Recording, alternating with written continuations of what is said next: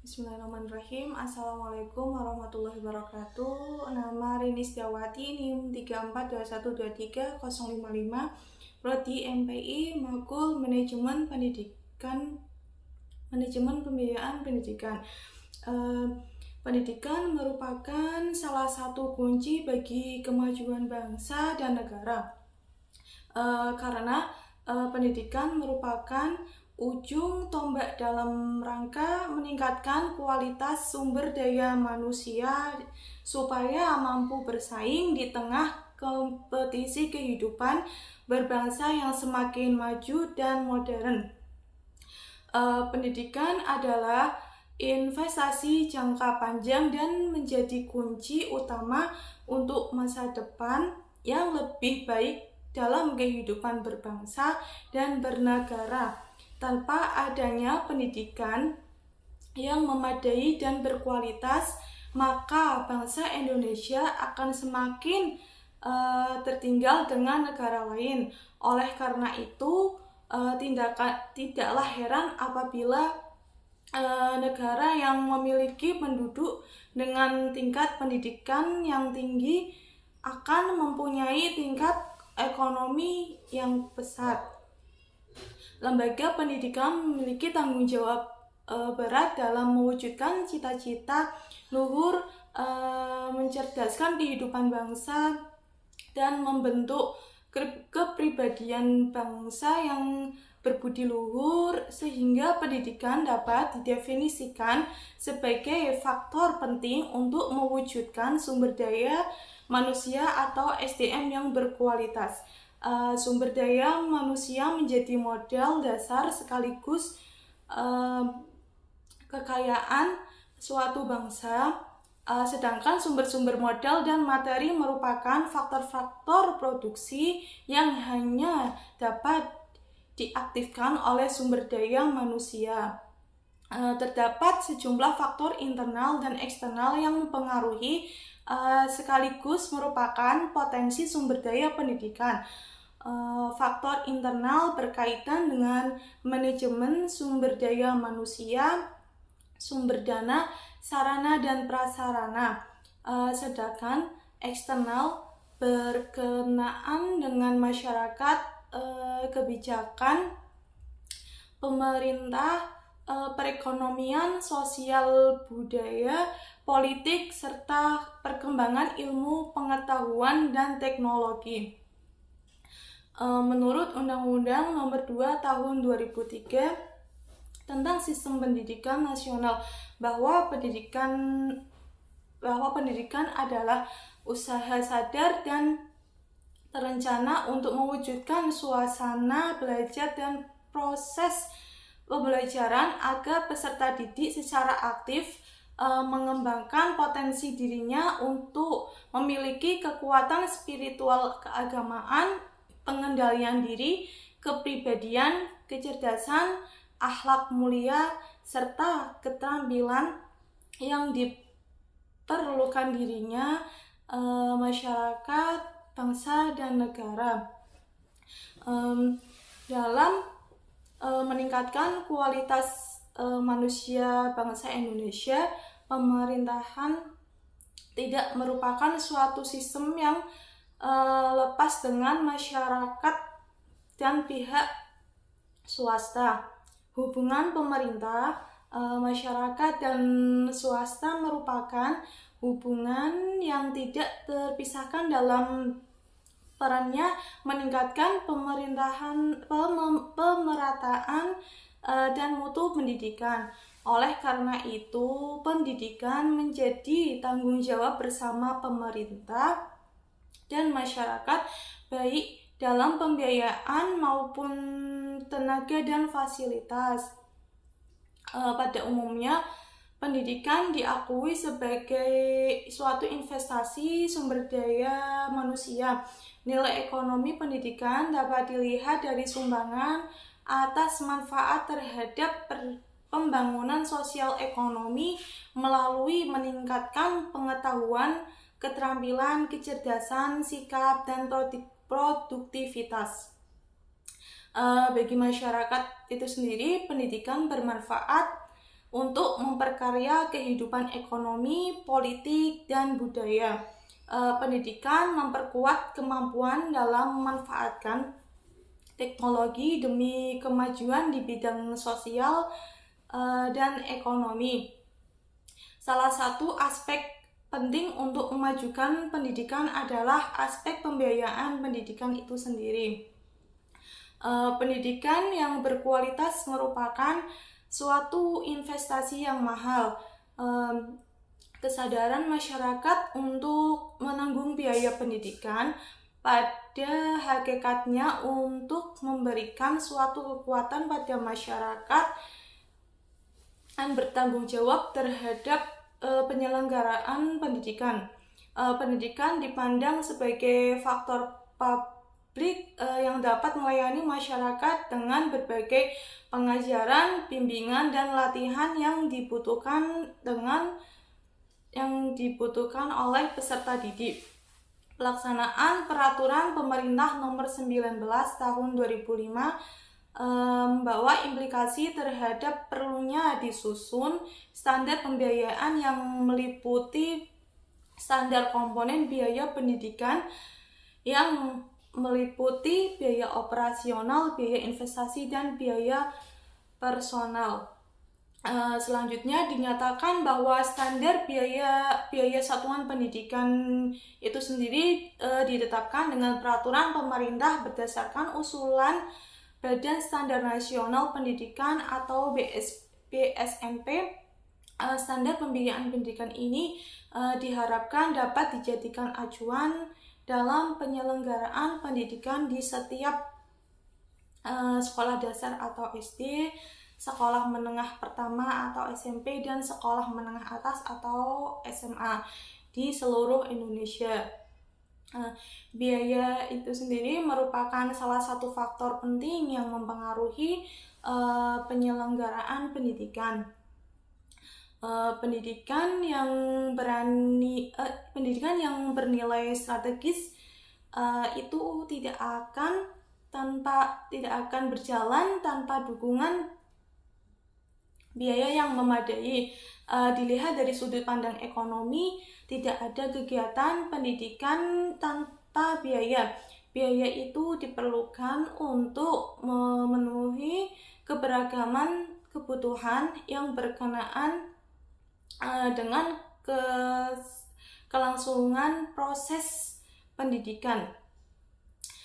Dinamika pendidikan dilihat dari segi pembiayaan berhubungan dengan yang pertama yaitu jumlah pembiayaan sekolah swasta, yang kedua penggajian staf pengajaran, yang ketiga ada pembiayaan dan penerimaan pendapatan, yang keempat kembalian dari pembiayaan pendidikan yang meningkat. Terus Indianto menyatakan bahwa kebijakan pendidikan masih diarahkan pada 4 tema kebijakan, yaitu peningkatan pemerataan pendidikan, peningkatan mutu pendidikan, peningkatan relevansi pendidikan, dan peningkatan efisiensi pendidikan. Salah satu unsur penting yang dimiliki oleh suatu sekolah agar menjadi sekolah yang dapat mencetak anak didik yang baik adalah dari segi pembiayaan itu sendiri. Manajemen pembiayaan pendidikan sangat penting hubungannya dalam melaksanakan kegiatan sekolah. Beragam sumber yang dimiliki oleh suatu sekolah, baik dari pemerintah maupun pihak lain. Ketika dana masyarakat atau dana pihak ketiga lainnya mengalir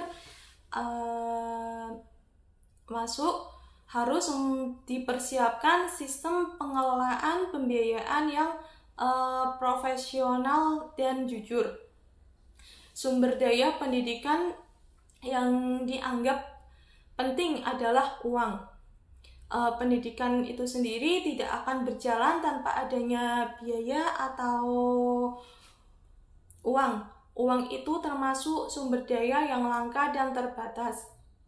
sehingga uang perlu dikelola dengan efektif dan efisien agar membantu berjalannya atau pencapaiannya suatu tujuan pendidikan. Pendidikan yang berkualitas itu sendiri yaitu suatu investasi yang mahal. Kesadaran masyarakat untuk menanggung biaya pendidikan pada hakikatnya akan memberikan suatu kekuatan pada masyarakat untuk bertanggung jawab terhadap penyelenggaraan pendidikan. Pendidikan itu sendiri dipandang sebagai sektor publik yang dapat melayani masyarakat dengan berbagai pengajaran, pembimbingan dan latihan yang dibutuhkan oleh peserta didik. Salah satu unsur yang penting yang dapat dimiliki oleh suatu sekolah agar menjadi sekolah yang dapat mencetak anak didik yang baik adalah dari segi pembiayaannya. Berbagai upaya dalam mencapai tujuan pendidikan baik bersifat kuantitatif atau kualitatif. Tetap saja biaya pendidikan memiliki peran yang sangat penting dan menentukan. Oleh karena itu, pendidikan tanpa didukung biaya yang memadai, proses pendidikan di sekolah tidak akan berjalan sesuai harapan. Permasalahan yang terjadi di dalam lembaga terkait dengan manajemen pembiayaan pendidikan, diantaranya sumber dana yang tidak terbatas, pembiayaan program yang kurang jelas, terus tidak transparan, tidak mendukung visi, misi, dan kebijakan sebagaimana tertulis dalam rencana strategis lembaga pendidikan. Perkembangan dalam dunia bidang pendidikan itu sendiri dengan mudah dapat dikatakan bahwa masalah pembiayaan menjadi masalah yang cukup penting atau peki untuk dipikirkan oleh para pengelola pendidikan itu sendiri. Hambatan pada proses belajar mengajar dengan sendirinya menghilangkan kepercayaan masyarakat pada suatu lembaga. Namun bukan berarti bahwa apabila tersedia biaya yang berlebihan akan menjamin bahwa pengelolaan sekolah akan lebih baik. Pada tingkat sekolah atau satuan pendidikan, pembiayaan pendidikan diperoleh dari subsidi pemerintah pusat, pemerintah daerah, iuran siswa, dan sumbangan masyarakat. Sejauh tercatat dalam rencana anggaran pendapatan dan belanja sekolah atau RAPBS, sebagian besar biaya pendidikan di tingkat sekolah berasal dari pemerintahan pusat, sedangkan pada sekolah swasta berasal dari para siswa atau yayasan. Tingginya biaya pendidikan yang ditanggung orang tua disebabkan banyaknya komponen biaya pendidikan yang menjadi beban orang tua, seperti biaya transformasi bagi siswa, biaya pembelian seragam, pembayaran SPP, dan lainnya. Alokasi anggaran pendidikan dari pemerintah lebih banyak dialokasikan untuk komponen biaya penunjang yang menyangkut penyediaan sarana dan prasarana seperti gaji guru, pengembangan fisik sekolah, serta pengadaan buku pelajaran.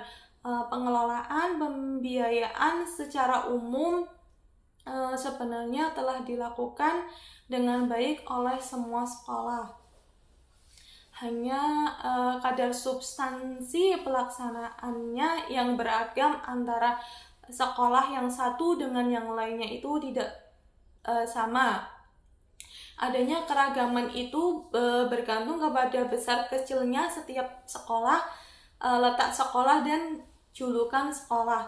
pada sekolah-sekolah biasanya yang daya dukung masyarakatnya masih tergolong rendah, manajemen pembiayaan pendidikan pun masih sederhana. Sedangkan pada sekolah-sekolah biasanya yang daya dukung masyarakatnya besar, tentu saja manajemen pembiayaan cenderung lebih rumit. Kecenderungan ini dilakukan karena sekolah harus mampu menampung berbagai kegiatan yang semakin banyak dituntut oleh masyarakatnya. Ada 4 fase kegiatan pokok itu sendiri: merencanakan anggaran, mempersiapkan anggaran, mengelola pelaksanaan anggaran, dan menilai pelaksanaan anggaran. RAPBS perlu memerhatikan asas anggarannya. Yang pertama yaitu asas kecermatan, asas terperinci, asas keseluruhan, asas keterbukaan, asas periodik, dan asas pembenahan. Masalah-masalah terkait dengan penyusunan RAPBS itu sendiri, salah satu implikasi dari penerapan manajemen berbasis sekolah sebagaimana diamanatkan dalam perundang-undangan sistem pendidikan adalah diharuskannya pemimpin sekolah, terutama kepala sekolah, untuk mengemban tanggung jawab yang lebih besar dalam proses pengembangan RAPBS itu sendiri. Oleh karena itu, pemimpin disarankan menyadari berbagai masalah yang harus mereka hadapi untuk melaksanakan tanggung jawab yang besar itu. Penyusunan anggaran, pendapatan, rencana kegiatan, atau program yang telah disusun, dan kemudian diperhitungkan beberapa biaya yang diperlukan untuk melaksanakan kegiatan tersebut berdasarkan dari dana yang tersedia, dan melaksanakan kegiatan tersebut bukan berdasarkan dari dana yang tersedia dan bagaimana dan tersebut dihabiskan. Penyusunan rencana anggaran pendapatan atau RAP itu sendiri dan rencana anggaran anggaran belanja atau RAB biasanya dikembangkan dalam format-format yang meliputi pertama sumber pembiayaan, terus yang kedua itu pengeluaran untuk kegiatan belajar mengajar, pengawasan pelaksanaan anggaran dilakukan dengan maksud untuk mengetahui terus kesesuaian pelaksanaan anggaran dengan ketentuan yang telah ditetapkan dan sesuai dengan prosedur yang berlaku. Terus yang kedua, kesesuaian yang dicapai dalam bidang terkait administrasi maupun operasional dengan peraturan yang ditetapkan. Kemanfaatan sarana yang ada yaitu meliputi seperti manusianya itu sendiri, terus biaya, perlengkapan, dan organisasi secara efektif dan efisien. Dan yang terakhir yaitu sistem yang lain, ada perubahan sistem guna mencapai hasil yang telah sempurna. Terus berdasarkan sifatnya, kegiatan monitoring dapat dibedakan menjadi monitoring internal dan monitoring eksternal. Monitoring internal itu sendiri yaitu monitoring yang dilakukan oleh tim manajemen BOS tingkat pusat, tingkat provinsi, dan tingkat kabupaten atau kota. Monitoring internal ini bersifat supervisi klinis, yaitu melakukan monitoring dan ikut menyelesaikan masalah jika ditemukan permasalahan dalam pelaksanaan program BOS itu sendiri. Terus ada Monitoring lebih bersifat evaluasi eksternal terhadap pelaksanaan program, melakukan analisis terhadap dampak program, kelemahan, dan dilakukan oleh Balitbank atau lembaga independen lainnya yang kompeten. Komponen utama yang akan dimonitor adalah alokasi dana sekolah, terus penerimaan bantuan, penyaluran dan penggunaan dana, pelayanan dan penanganan pengaduan atau administrasi keuangan itu sendiri.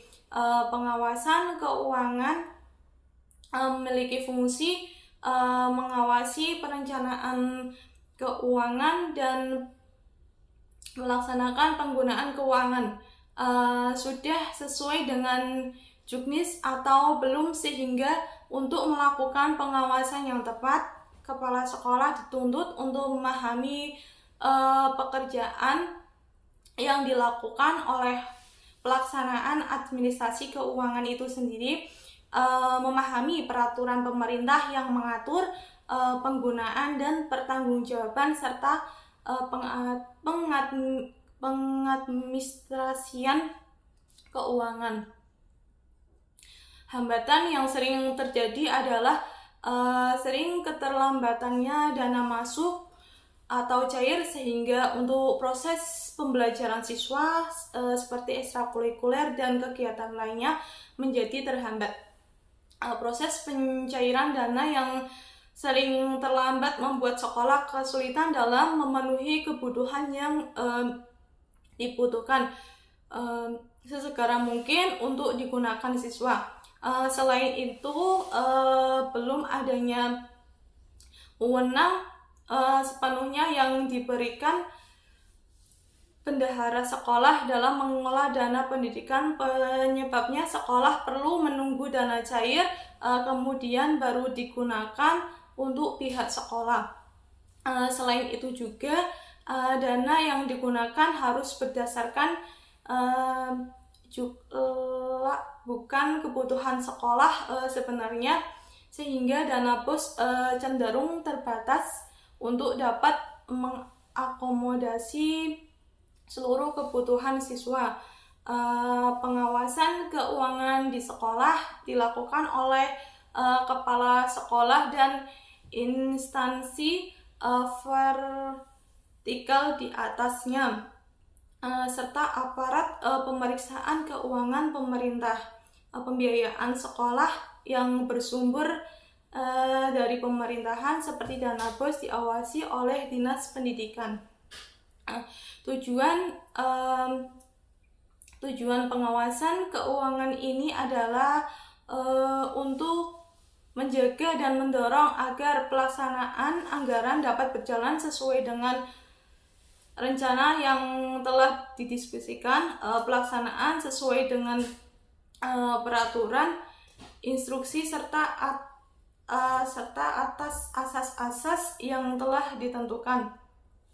Terus sesuai dengan kesulitan dan kelemahan pekerja dapat dicegah dan ditanggulangi. Terus pelaksanaan tugas dapat berjalan dengan efisien, efektif, dan tepat waktu.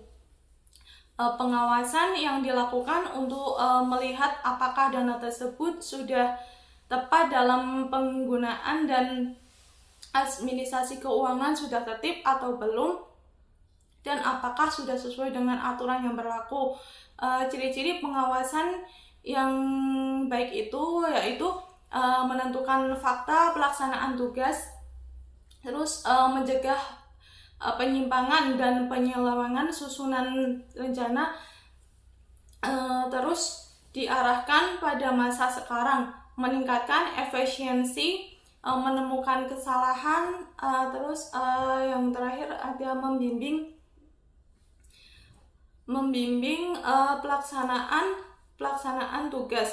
Bagian akhir pengelolaan BOS adalah penyusunan laporan keuangan BOS, merupakan perwujudan dari transparansi dan akuntabilitas pengelolaan dana BOS terhadap publik. Transparansi keuangan diperlukan untuk meningkatkan dukungan orang tua, masyarakat, dan pemerintah dalam penyelenggaraan seluruh program pendidikan di sekolah. Monitoring dan evaluasi dalam satuan pendidikan merupakan bagian terpenting dalam sebuah instansi sekolah.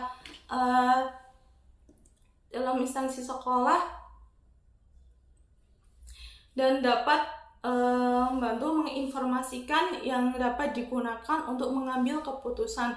Tujuan utama dari monitoring itu sendiri yaitu untuk menyelenggarakan pendidikan adalah untuk menyajikan informasi tentang pelaksanaan program atau kegiatan sebagai umpan balik bagi pelaksanaan kegiatan tersebut. Sebagai contoh, pada bagian akademik dapat digunakan untuk mengawasi penggunaan dan pendistribusian buku-buku pelajaran dan sebagainya. Kegiatan pengawasan pelaksanaan anggaran dilakukan dengan maksud untuk mengetahui kesesuaian pelaksanaan anggaran dengan ketentuan yang telah ditetapkan dan sesuai dengan prosedur yang berlaku. Kesesuaian yang dicapai baik terkait administrasi ataupun operasional yang peraturan dan ditetapkan, kemanfaatan secara yang ada seperti manusia, biaya, perlengkapan, dan organisasi secara efektif dan efisien. Sistem yang lain ada perubahan sistem guna mencapai hasil yang telah sempurna. Keuntungan dan manfaat dana BOS adalah kemungkinan terlaksana program pemerintah wajar 9 tahun yang bermutu. Terus terlaksanaan program pemerataan dan perluasan akses, program peningkatan mutu, relevansi dan daya saing, serta program tata kelola akuntabilitas dan pencitraan publik. Seluruh siswa SD negeri dan SMP negeri bebas dari pungutan terhadap biaya operasional sekolah. Tidak ada siswa miskin putus sekolah karena tidak mampu membayar iuran yang dilakukan oleh sekolah. Tidak ada tamatan SD atau setara, tidak dapat melanjutkan ke SMP atau setara, atau untuk kedepannya tidak ada pendidikan terakhir anak Indonesia hanya tamatan SD. Terus ada meningkatkannya pemberdayaan sekolah dalam rangka meningkatkan akses mutu dan manajemen sekolah. Pembiayaan seluruh kegiatan di sekolah yang berhubungan dengan proses pembelajaran dan yang mendukung dapat terpenuhi. Terus yang terakhir itu ada meringankan beban siswa, terutama di masalah biaya operasi sekolah bagi siswa di sekolah swasta. Terus kelemahan dan kerugian dana BOS, selain manfaat keuntungan yang diperoleh dana BOS, terdapat kemungkinan kelemahan dan kekurangannya. Penyebab utama dari kelemahan ini dapat terjadi karena kelalaian dan kekurangannya pengawasan dan tanggung jawab masing-masing pihak, di antaranya sebagai berikut. Pemerintahan dan perencanaan kebijakan PPN harus memikirkan dan menyediakan pengalokasian dana BOS yang 20% dari keseluruhan APBN. Terus perluan baru terjadinya nasional korupsi oleh kepada sekolah dan pengurus BOS. Terus tambatan tugas ekstra bagi kepala sekolah. Pelaksanaan pembiayaan pendidikan melalui dana BOS itu sendiri setiap tahun menyusun RAPBS yang disahkan menjadi APBS dan anggaran dan belanja sekolah. Terus ada penyusunan RAPBS selalu berpedoman pada pedoman kerja sekolah, sehingga penyusunan tersebut mencakup perangkat supervisi.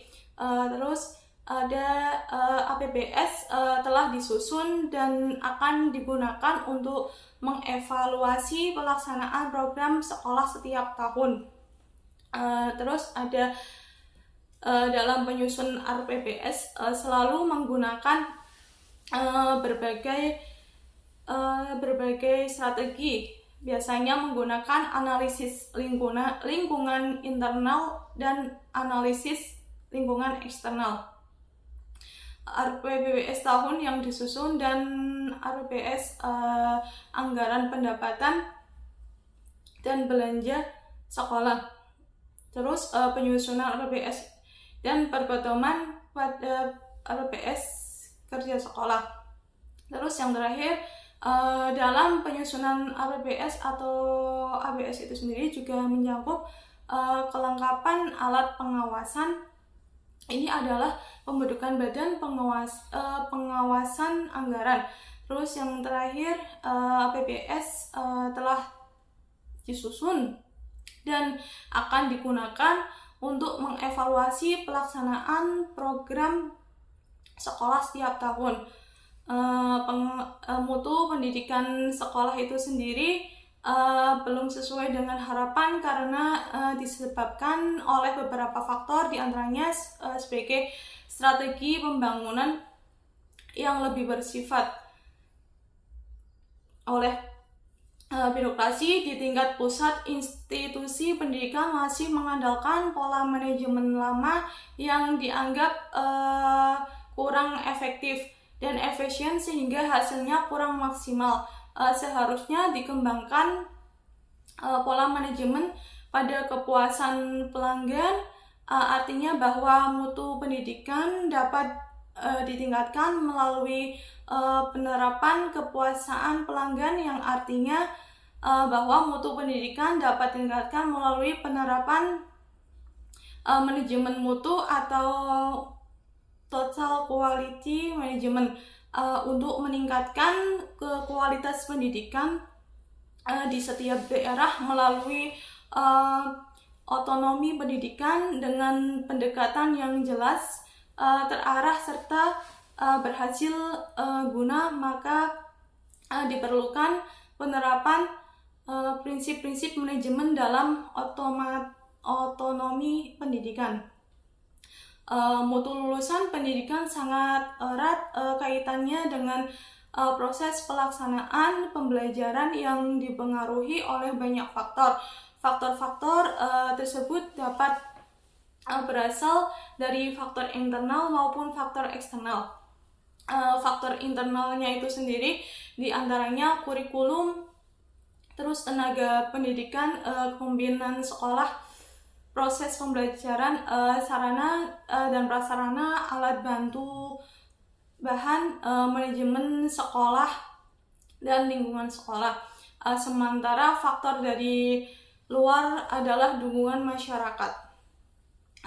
Untuk bisa menghasilkan mutu, menurut Slamet ada 4 fungsi. Yang pertama yaitu menciptakan situasi. Terus ada perlunya ditumbuh kembangkan motivasi intrinsik pada setiap orang terlihat dalam proses meraih mutu.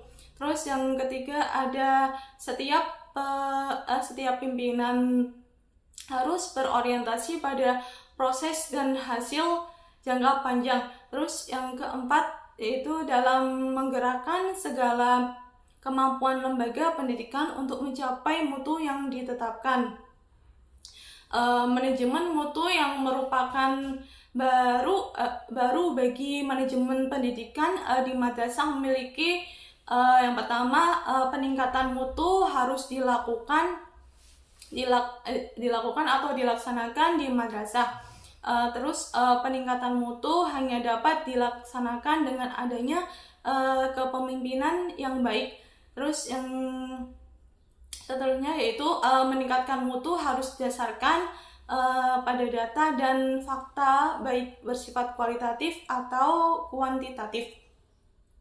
Terus ada peningkatan mutu harus pemberdayaannya itu dapat melibatkan semua unsur yang ada di madrasah. Dan yang terakhir yaitu peningkatan mutu memiliki tujuan bahwa madrasah dapat memberikan kepuasan kepada siswa, orang tua, atau masyarakat. Dalam manajemen pembiayaan merupakan sebuah proses dalam mengoptimalkan sumber dana yang ada, pengalokasian dana yang tersedia dan mendistribusikannya sebagai fasilitas atau sarana pendukung proses pembelajaran yang mana sehingga tercipta proses pembelajaran yang efektif dan efisien. Oleh karena itu fokus manajemen pembiayaan pendidikan pada bagian sumber dana yang ada mampu dikelola secara profesional sehingga memenuhi kebutuhan penyelenggaraan pendidikan tersebut.